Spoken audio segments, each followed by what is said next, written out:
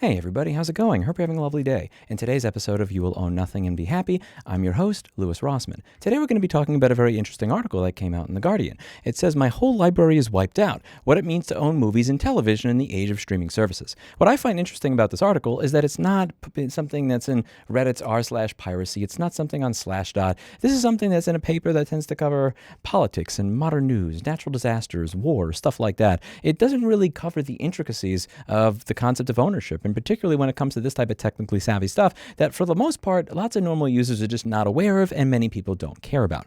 On this channel, I've been going over for a very long time how when you purchase something, you are often treated worse. You are treated like a second-class citizen, like a criminal, like a child you are expecting to misbehave based on prior mischief when you actually pay for the media. Whereas when you pirate the media, you get a better experience. If we're talking about Reason, they took a perpetual license and took away your ability to use it and actually had the gall to call customers names when they thought that this was ridiculous and that they wanted their money back for their perpetual license.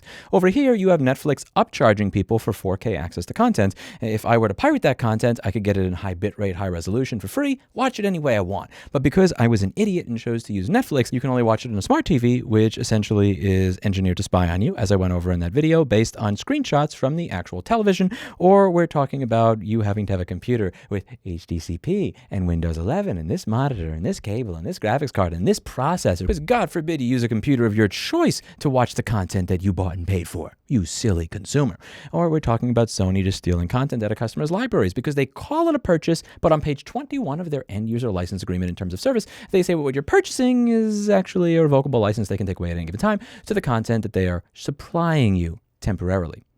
That's not what ownership used to mean. Or we're talking about Amazon, where when you purchase an ebook, if you move from country to country, you cannot take your book with you. Let's talk about today's story. Today's story is a story of Vicki Russell. Vicki Russell spent over $2,000 buying content online. And because it says purchase on the page, she actually was stupid enough, just like me at one point in time, to believe that what you were doing was owning something. I think every one of us at some point in time, we're stupid enough, we're tricked enough, we're naive enough to believe that when we bought something, we actually owned it. She spent $2,500 on all this different media, and she was told one day by Telstra, well, they're shutting down this service, it's going to be moving over to Fetch, so unless you spend extra money to buy hardware for Fetch, that $2,500 of stuff that you purchased, yeah, you don't actually own it and have access to it. Now, they did, after this made its way to the press and there was a stink made about it, finally give her the box for free that she would need to utilize the new service. But that's beside the point. Every single time a company does this thing where when you complain about them doing something shitty, when you complain about them doing something that's scummy, immoral, unethical, and occasionally just against the law, they treat you really nicely, like that guy that had his Samsung TV knifed. What it usually means is that they pay for that goodwill out of the money that they fleeced from everybody else. For every person that is getting a box for free because she contacted The Guardian, there are 1,000 people that are paying $200 to get back the thousands of dollars of media they already bought and paid for. And the sad thing is that in spite of the fact that they call it purchase, if you take a look at their terms of service, you will find many interesting points over here. So if we go over to the terms of service, there are 3 points that I think are worth pointing out. Number 1 is section 2.1. Section 2.1 says accessing your content. The problem here is that they call it yours, and that is the part that is fundamentally misleading.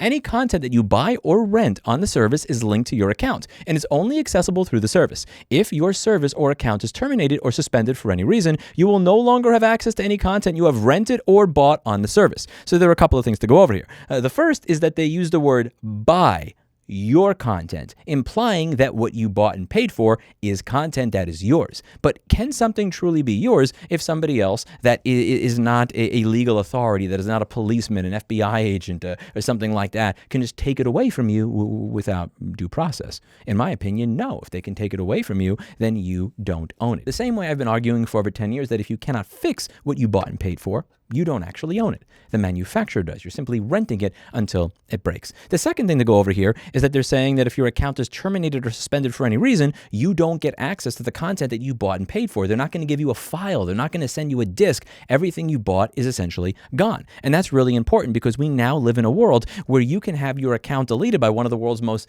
prominent, well-known, richest companies because they think that you have a racist doorbell. no, really. And after I talked about it, my account was also removed as well. I'm a YouTube content creator. You know what that means? That means that we here on YouTube are at the cutting edge of being managed by an artificial intelligence that has borderline personality disorder. We don't know why these things make the decisions that they do. We don't know why it is Amazon thought that this gentleman had a racist doorbell. There are many things in this world that can be racist, and there are many things in this world that are racist. One of them is not doorbells. This man had his smart home shut down because they thought a doorbell was racist. You could have $2,000 of what you bought, what is yours, taken away from you if an artificial intelligence that's lower in IQ than people who work at the Genius Bar decides that you should just have your account deleted that day for no reason. Because none of this is managed by humans anymore. It's managed by AI. And again, as a YouTube content creator, we are at the forefront of being managed by AI with personality disorders. I just had a video deleted yesterday that I created 2 years ago. It says that this video had medical misinformation in it. And when I fast forward to the timestamp of that video, I'm saying that it's raining and it's cold outside. I have a windbreaker that's water is... This weather sucks. I have a windbreaker that's water resistant and some supposedly waterproof pants.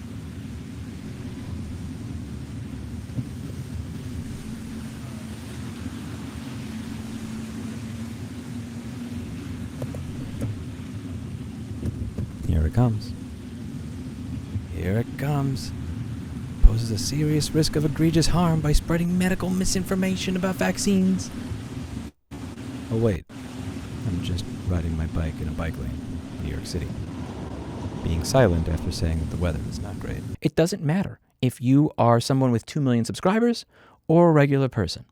We all are at the mercy of systems that can ban us willy-nilly for no good reason, that work like trash. Simply try to respond to a YouTube comment and see how often that shit doesn't show up. It's one thing when that just means that you cannot troll your fellow man. It's another when it means that thousands of dollars of what you bought and paid for is no longer yours. And this is a problem that is not going away. If you take a look at section 3.1, when we can withdraw content, and notice over here that they're kind of removing the veil. They're no longer calling it yours because they're saying that they can take it back from you.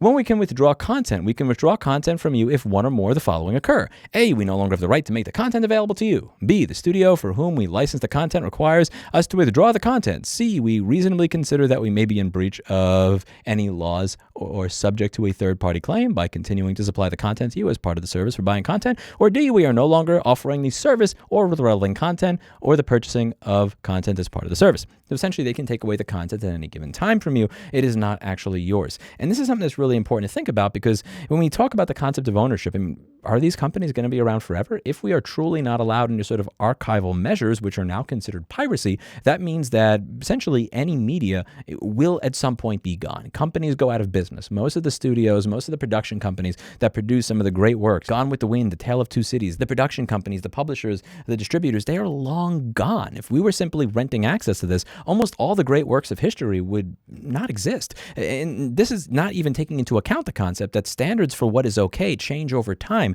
We see this today where something that was okay 10 or 30 or 80 years ago is considered disgusting now. So we wouldn't even be able to analyze these great works of history in the same way because we wouldn't even be able to watch them. But the worst part of it all, in my opinion, is when we go over to section 7.1. 7.1 is the most egregious because what 7.1 demonstrates is that you're not actually signing a terms and conditions. You're not signing a contract. You're not putting pen to paper and agreeing to something. You are agreeing to an ethereal hologram, something that can change at any given time. Your signature stays static, but the rest of it is just something that could, change as easily as a projector changing a slide on a screen. When you look at 7.1, from time to time, we may change these terms to reflect our changing business or legal requirements. We will inform you if we make material changes to these terms, unless the changes benefit you or have a neutral impact on you. So that means that this is not a contract. I believe that if you try to change the contract, that my signature is no longer going to be there. But that's not the way it works nowadays. You sign a contract, which means you've signed it for life, but apparently they can change the terms of the contract willy-nilly after the sale, which you go over regularly on this channel. And I'm sick and tired of it.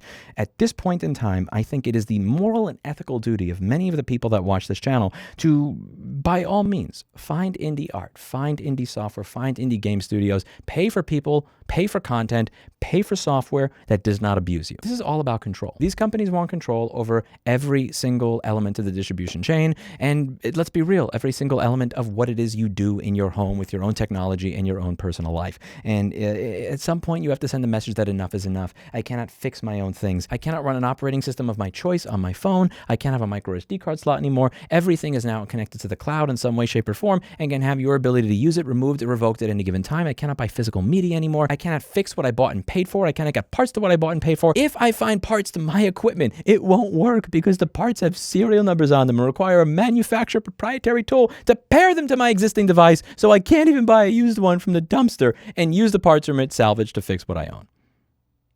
Enough is enough. I've been talking about this with Repair for 10 years, and many people have not been listening because they didn't care about getting something fixed. They said, well, it doesn't matter. It doesn't affect me. What are you, an idiot that drops things? Are you poor? You can't just buy it again?